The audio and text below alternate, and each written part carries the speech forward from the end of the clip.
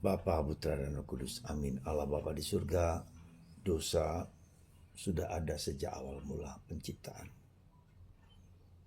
Ketika Adam dan Hawa sudah berdosa dan anaknya pun Kain membunuh Habil, satu saudara hanya karena iri. Untuk kami ya Bapa untuk memulai mencermati, menyadari keberdosaan dalam hati kami dan tidak terpancing kepada dorongan untuk iri hati, cemburu kepada setiap orang. Terpujilah nama-Mu kini dan sepanjang segala masa. Amin. Para saudara, sekali lagi dosa sudah ada sejak awal mula. Ketika Adam dan Hawa, ketika anaknya Kain membunuh Habil anaknya hanya karena iri. Dan itu ada banyak dosa lain yang kita tahu, yang kita sebut dengan 7 dosa, ya.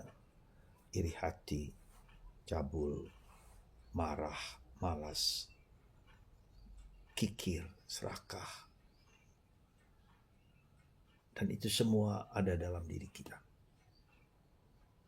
Bantu kami, bantulah kita supaya bisa discernment, bisa mengerti bahwa sumber dosa tidak jauh dari hati kita yang terdalam.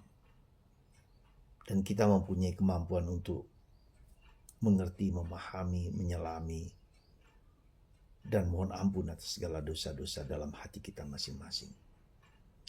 Tragis memang ketika Kain membunuh Habil adiknya, hanya karena persembahan Habil diterima Tuhan.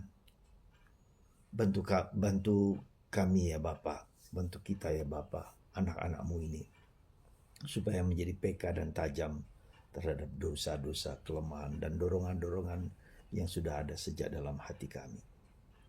Bacaan Injil hari ini berkisar tentang juga sebagai suatu keluhan yang dilakukan oleh orang-orang Yahudi yang meminta tanda, dan Yesus juga mengeluh karena mereka tidak menggunakan kemampuan panca indera mereka melihat mujizat-mujizat yang dilakukan oleh Yesus. Mereka masih meminta tanda. Mereka tidak bersyukur dan tidak melihat. Mereka memiliki ego masing-masing bahwa Yesus tidak seperti yang mereka bayangkan. Ya. Jadi kita kurang bersyukur. Seringkali kita tidak bersyukur atas apa yang kita alami. Kita mempunyai panca indera yang dapat melihat betapa banyak mujizat-mujizat yang telah kita alami, yang Tuhan telah berikan kepada kita. Tetapi kita tidak mampu untuk mengerti dan memahami bahwa itu berasal dari Tuhan. Semoga keluhan Yesus ini membuat kita untuk semakin bersyukur dan berterima kasih bahwa telah terjadi mujizat besar dalam seluruh hidup kita. Kalau kita melihat bahwa Ekaristi yang setiap kali kita rayakan, setiap hari, setiap minggu kita rayakan Ekaristi.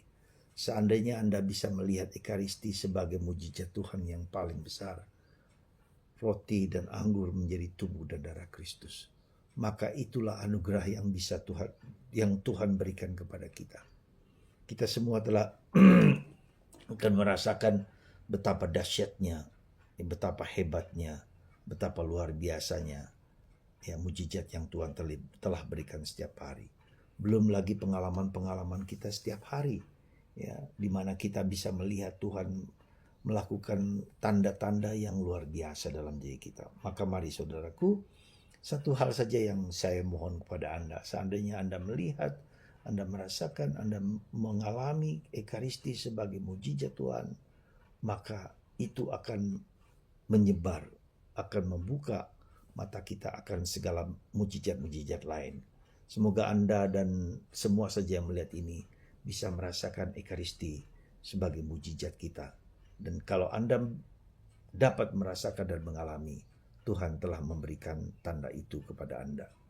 Semoga Tuhan memberkati Anda semua dalam kehidupan Anda sehari-hari. Bapa, Putra, dan Roh Kudus. Amin.